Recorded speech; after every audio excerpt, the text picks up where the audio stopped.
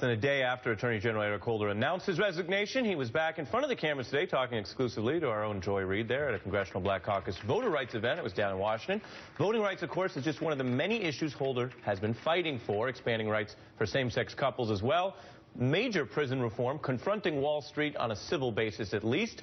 All some unfinished battles the next AG will seek to continue. Now, Holder's vowed to stay on the job until his successor is confirmed. But how long might that be? It does depend on whether Democrats want to take a gamble here. According to our friends at First Read, option one would be fast-track a nominee right through after the midterms in one of those lame duck Senate sessions where Dems would still be in control, or they could wait until the new year when Republicans might have the majority. BuzzFeed's Chief John Stanton seems like a betting man, so we're going to start with some wagering. How you doing? Good. How are you? Doing well. You know, when you look at this, the AG obviously is a huge post, and yet when you're dealing only in a two-year lame duck session at the end, which is basically what this is, it's not the same as starting from scratch. It's not the same stamp that can be put down. You can see that in the lack of potential interest even by some of the folks who could replace him. So do you see a big battle here with a big, bold name, or someone who might be more of a custodian, like someone who's in or recently from DOJ? You know, that's a really good question. I think I can see the administration deciding to pick somebody, maybe a woman or a woman of color in particular. That would be something that they could do to sort of put a stamp on it, but somebody who also is going to be able to come in and not have the kind of profile that Holder does. You know, I think regardless, you know, they're definitely going to do this right after the election. I don't think they're going to wait at all, even if the Democrats remain in control, frankly. You know, and I think the next person is going to have a pretty big job on their hands. You know, Eric Holder has been pretty divisive in Washington. He's done a lot of good things, but he's also done a lot of very controversial things. And, you know, the next person who's going to come in is going to have all this sort of baggage that they're not going to simply be able to move aside, as you said. They're going to have to deal with everything that he's done.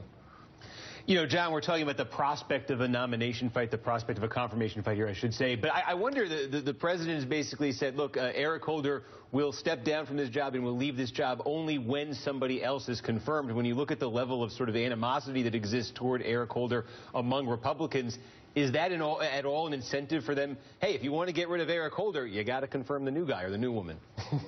There is some of that, although, quite frankly, Eric Holder is really good for Republicans in a lot of ways, right? I mean, most Republican voters dislike him very much. You know, they use fundraising emails all the time and on television commercials. They love to have lots of hearings about the stuff that he's doing, and he gets very combative with them, which works politically both ways. Democrats love to see him, you know, yell at Darrell Issa.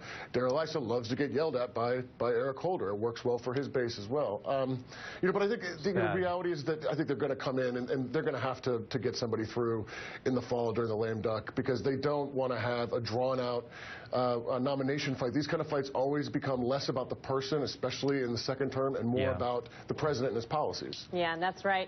And John, when you think about who might the next person be, one of the things that Eric Holder has reportedly told friends is that he thought part of his role was to say things that the president couldn't say or couldn't say as easily. You know, we saw him obviously go to Ferguson to try to calm the waters during that time.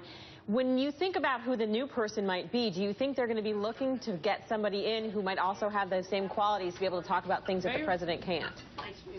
I find it unlikely, frankly, if only because there's really only one other person other than his wife that could do that, and that would probably be Valerie Jarrett, who's not going to be the nominee. You know, Eric Holder's relationship with him has always been very unique. They're very, very close personally. They think very much the same in terms of policy, and I think that did allow them to have this very sort of symbiotic kind of relationship with each other, and I don't see anybody out there that could fill that role. Yeah. One of the highest profile names that was floated sort of immediately was Massachusetts Governor Deval Patrick, who has been pretty clear that he doesn't want the job, that he wouldn't take the job. He said that's an enormously important job, but it is not one for me right now. And he also said I have no plans and no interest in making plans to be the next Attorney General. What do you think of his thinking there? You know, I think he's looking at this and saying this is a two-year stint that is going to be full of controversy. I'm going to be dealing with, you know, hearings in the Hill constantly. I think there's for him politically. As somebody who's definitely has aspirations towards the presidency at some point, I think it doesn't make much sense for Deval Patrick to take the job. Yeah, I think no matter who you are, it's a very divisive job at this point. John Stanton, thank you so much. Sure.